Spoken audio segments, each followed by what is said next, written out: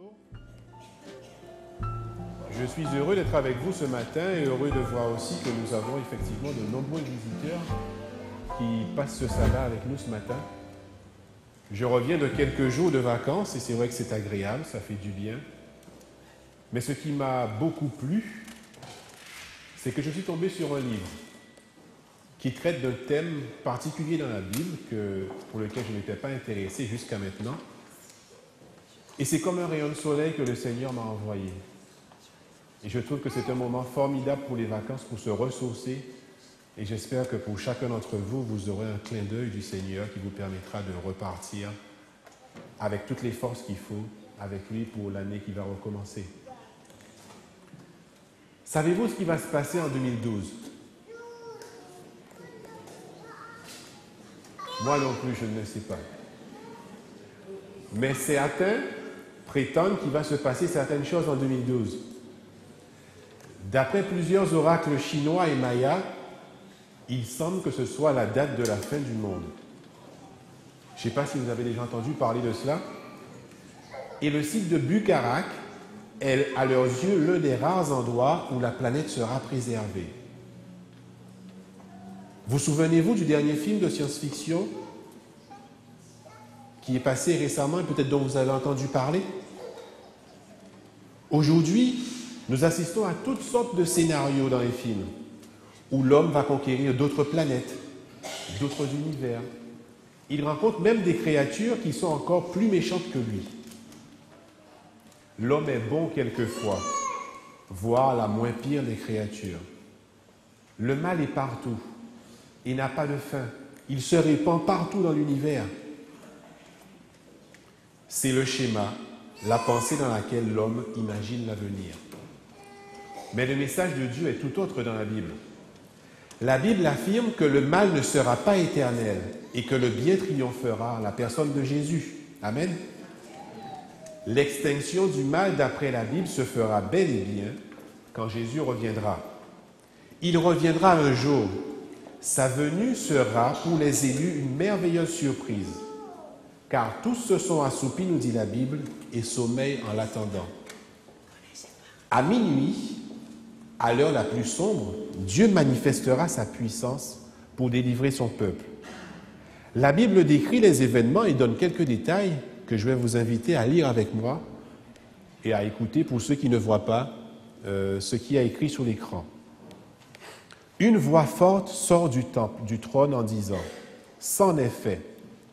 Cette voix secoue la terre, provoquant un grand tremblement de terre tel qu'il n'y en a jamais eu depuis que l'homme est sur la terre. Apocalypse 16, versets 17 à 18. La gloire du trône paraît. Les montagnes tremblent, les rochers volent de toutes parts et la terre se soulève comme les vagues de l'océan. Sa surface se déchire.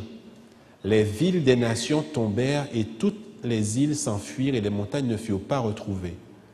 Les assises du monde semblent s'effondrer. Le ciel se retira comme un livre qu'on roule et toutes les montagnes et les îles furent remuées de leur place. En dépit du chaos qui atteint le monde, le peuple de Dieu reprend courage en apercevant le signe du Fils de l'homme. Matthieu 24, verset 30. Alors qu'il descend sous la nuée des cieux, tout œil peut le voir. Il vient cette fois non plus comme un serviteur souffrant, mais en vainqueur et en conquérant. Au lieu d'une couronne d'épines, il porte une couronne de gloire, et il a sur son vêtement et sur sa cuisse un nom écrit « Roi des rois et Seigneur des seigneurs ». Encore une fois, Apocalypse 19, 12 à 16. Lorsque Jésus reviendra, un grand désespoir s'emparera de ceux qui ont refusé de le reconnaître comme leur Seigneur et Sauveur, et qui ont rejeté sa loi dans leur cœur. Rien ne les rend davantage conscients de leur culpabilité que cette voix qui les a exhortés avec tant de patience. Les grands, les chefs militaires, les riches, les puissants, tous les esclaves et hommes libres se cachèrent dans les cavernes et dans les rochers des montagnes. Ils disaient aux montagnes, « Tombez sur nous et cachez-nous devant la face de celui qui est assis sur le trône et devant la colère de l'agneau, car le grand jour de sa colère est venu. Et qui peut subsister? » Cependant, la joie de ceux qui l'ont patiemment attendu surpasse le désespoir des réprouvés. La venue du Rédempteur porte à son point culminant l'histoire du peuple de Dieu. C'est le temps de leur délivrance. Dans une émouvante adoration, il s'écrie « Voici, c'est notre Dieu en qui nous avons confiance, et c'est lui qui nous sauve. » Pendant que Jésus approche, il appelle les saints qui se sont endormis à sortir de leur tombe et donne l'ordre à ses anges de rassembler ses élus des quatre vents, depuis une extrémité des cieux jusqu'à l'autre. Partout dans le monde, les justes qui sont morts entendent sa voix et sortent de leur sépulcre. L'un des auteurs que nous connaissons bien dans l'Église adventiste, Ellen G. White, a eu une révélation de cette scène et écrit la chose suivante. Les rachetés en sortant de la tombe ont la taille qu'ils avaient lorsqu'ils y sont descendus. Adam, qui est de leur nombre, est d'un port majestueux, mais d'une stature un peu moins élevée que le Fils de Dieu. Il offre un contraste frappant avec les hommes des générations suivantes, ce qui permet de constater la profonde dégénérescence de la race humaine. Mais tous se relèvent avec la fraîcheur et la vigueur d'une jeunesse éternelle. C'est alors que les justes vivants sont transmués en un instant, en un clin d'œil, nous dit 1 Corinthiens 15, verset 52.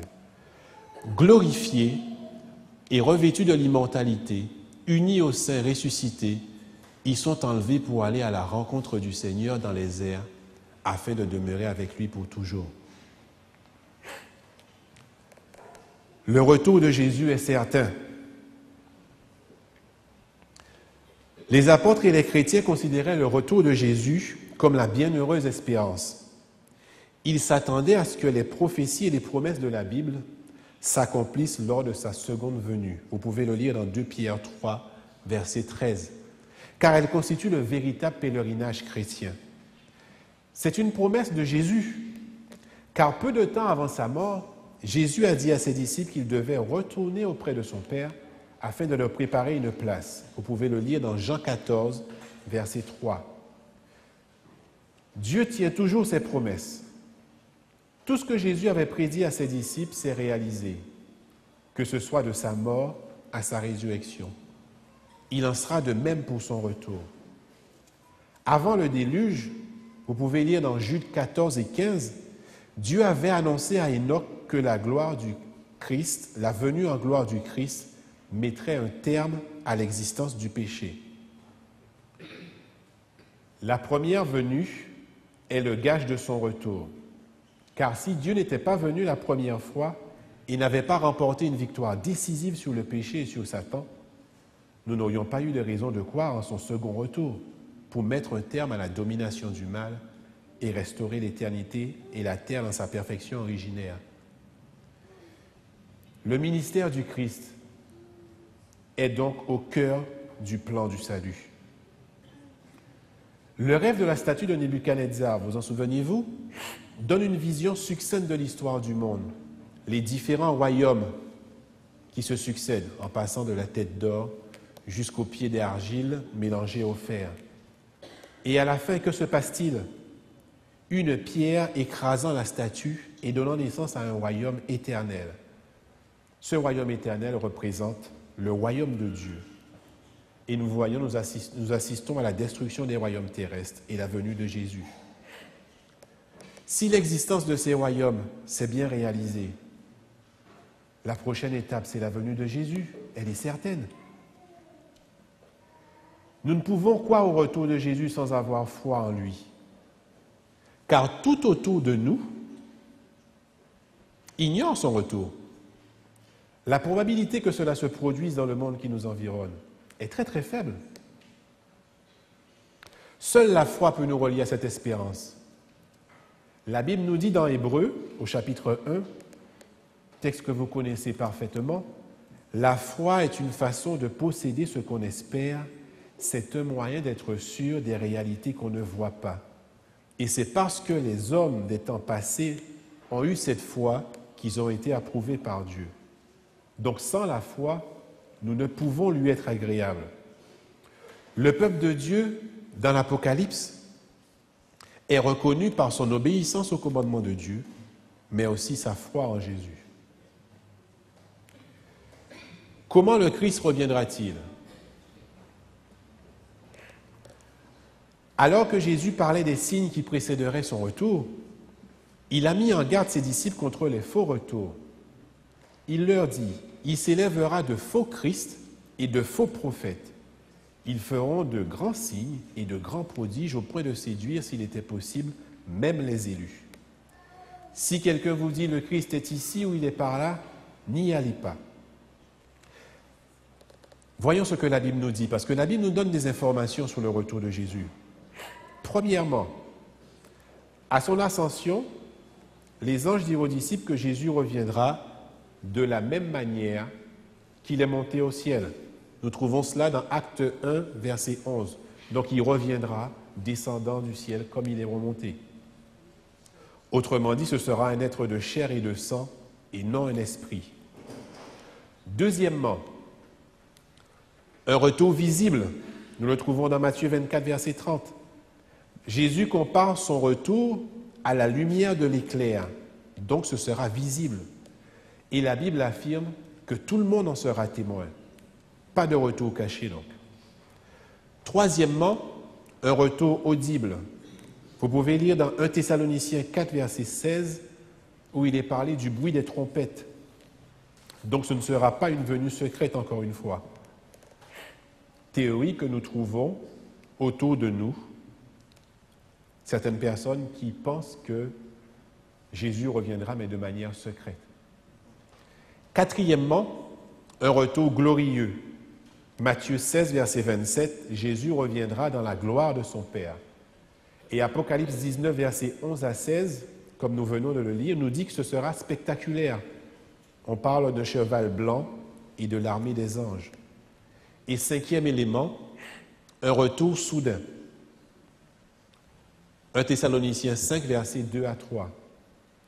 Le jour du Seigneur viendra comme un voleur, nous est-il dit. Et Jésus compare aussi son retour à l'époque de Noé, où les contemporains de l'époque ont été surpris. De même, il nous dit, nous serons aussi surpris. Le monde sera surpris. Que se passera-t-il pour les humains? La Bible parle de deux catégories de personnes. Pas de 3 ou de 4, mais il y aura seulement 2 catégories. Ceux qui ont accepté Jésus et ceux qui se seront détournés de lui. Pour les perdus, ce sera un moment de profonde détresse. Ils auront malheureusement résisté à l'œuvre du salut.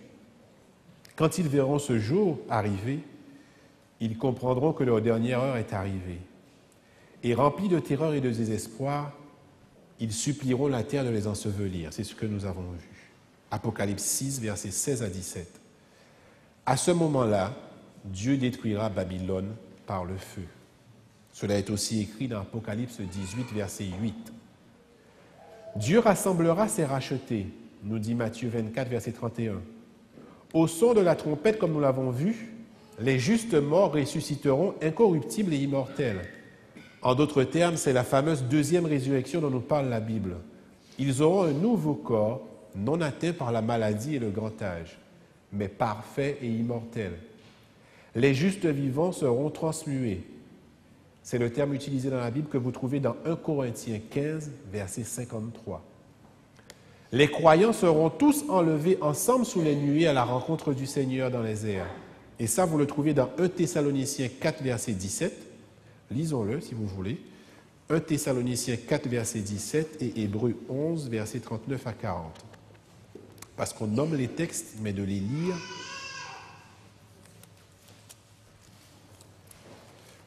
Alors, je vais prendre Hébreux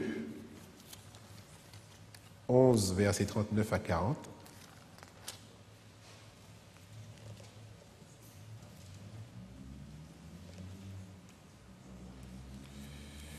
Attendez, plutôt un Thessalonicien.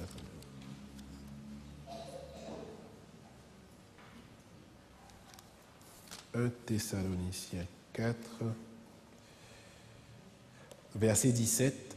Car le Seigneur lui-même, avec un cri de commandement, avec la voix d'un archange, avec le son de la trompette de Dieu, descendra du ciel, et ceux qui sont morts dans le Christ se relèveront d'abord. Ensuite, nous les vivants qui restons, nous serons enlevés ensemble avec eux dans les nuées, à la rencontre du Seigneur dans les airs, et ainsi nous serons toujours avec le Seigneur. Encouragez-vous donc les uns les autres par ces paroles.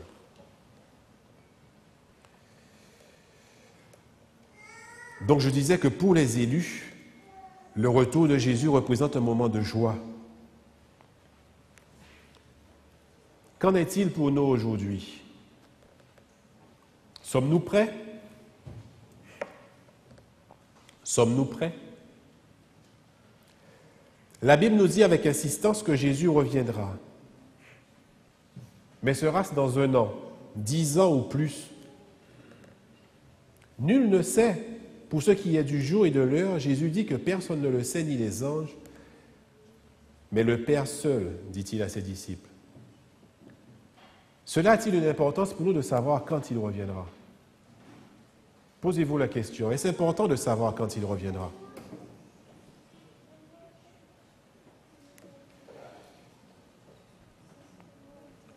Pour ceux qui sont morts, le retour de Jésus, c'est quand? C'est tout de suite, à leur réveil, puisqu'ils sont en sommeil dans la tombe, nous dit Jésus. Nous ne savons pas si Jésus reviendra de notre vivant.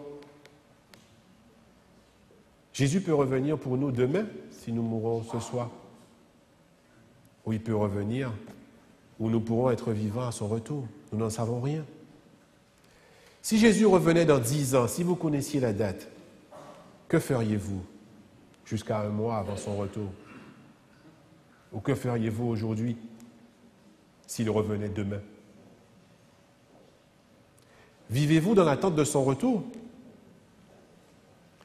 L'expérience de l'Église à la fin est semblable aux 10 vierges, avec 2 catégories de croyants qui prétendent attendre le retour de Jésus. Leur lampe représente la parole de Dieu et l'huile, le Saint-Esprit. En apparence, les 2 groupes sont identiques. Mais à minuit, à l'heure la plus sombre de l'histoire, elles entendent un cri « Voici l'époux, allez à sa rencontre ». À ce moment, la différence entre les 2 groupes apparaît. Le groupe des vierges folles, malgré leur respect pour la parole de Dieu, manque d'huile et n'ont pas été scellées du Saint-Esprit. Elles se sont satisfaites d'une œuvre superficielle et n'ont pas bâti leur vie sous le rocher qu'est le Christ. Elles ont bien une apparence de piété, mais elles sont dénuées de la puissance qui en fait la force. Seules les vierges qui sont prêtes pénètrent avec lui dans la salle des noces, et la porte se ferme, malgré l'appel par la suite des vierges folles. Et le Seigneur répondra, « Je ne vous connais pas ». Nous retrouvons aussi cette parole de Jésus qui prédit à propos de ceux qui auront fait des miracles en son nom et qui seront rejetés quand il reviendra, « Je ne vous connais pas, vous qui commettez l'iniquité. » Et pourtant, ce sont des gens qui ont fait des miracles en son nom. Suis-je une vierge folle ou une vierge sage? Êtes-vous une vierge folle ou une vierge sage? Laissez-vous Dieu pénétrer tous les domaines de votre vie jusqu'au plus intime recoin? Lui accordez-vous toute votre attention? Passez-vous du temps avec lui tous les jours afin que son esprit agisse en vous avec puissance et vous transforme? De même que Dieu a envoyé un avertissement du temps de Noé, il s'adresse à chacun d'entre nous, non pas pour que nous soyons de ceux qui sont perdus, mais pour que nous soyons de ceux qui se réjouiront de sa venue. Car le Seigneur souhaite que chacun d'entre nous fassions partie de ceux qui se réjouiront de sa venue. Étant un peu plus jeune et même encore aujourd'hui, je me suis souvent demandé et passé de nombreuses minutes à imaginer ce que sera la vie au ciel. La Bible nous parle du loup qui jouera avec l'agneau. La Bible nous dit qu'il n'y aura plus de pleurs, plus de mort, plus de douleur. Reconnaîtrons-nous les êtres chers qui nous ont manqués ou qui ont été dans la tombe avant nous? Pourquoi pas? Il n'y aura plus de haine, plus de disputes, plus de péchés, plus de crises financières qui secouent le monde aujourd'hui et qui peuvent stresser nos contemporains. Mais la Bible nous parle de paix, de joie, d'harmonie, de fraternité. Et savez-vous ce qu'est le point culminant? La rencontre physique avec Dieu. Vous n'y avez jamais pensé? La rencontre avec Jésus. Nous pourrons l'adorer, l'approcher, lui poser toutes les questions qui pour nous sont sans réponse. Parce que lui, il a les réponses. Qui a créé le monde? Comment? Dieu, tu existes depuis quand? Ça, c'est des questions qu'on se pose encore enfant et que je me pose encore aujourd'hui. Et nous aurons l'éternité pour apprendre de lui. Cela ne vous donne-t-il pas envie d'être au ciel? Moi, j'ai envie d'y être. Jésus nous dit dans l'Apocalypse, « Voici, je me tiens à la porte et je frappe. Si quelqu'un entend ma voix et ouvre la porte, j'entrerai chez lui, je souperai avec lui et lui avec moi. » Les bienfaits de la vie éternelle commencent aujourd'hui et nous pouvons en bénéficier aujourd'hui pour ceux qui acceptent ce souper. La vie éternelle, nous dit Jésus, c'est qu'ils te connaissent, toi le seul vrai Dieu, et celui que tu as envoyé, Jésus-Christ. Voulez-vous le connaître? C'est tout le bien que je vous souhaite. Amen.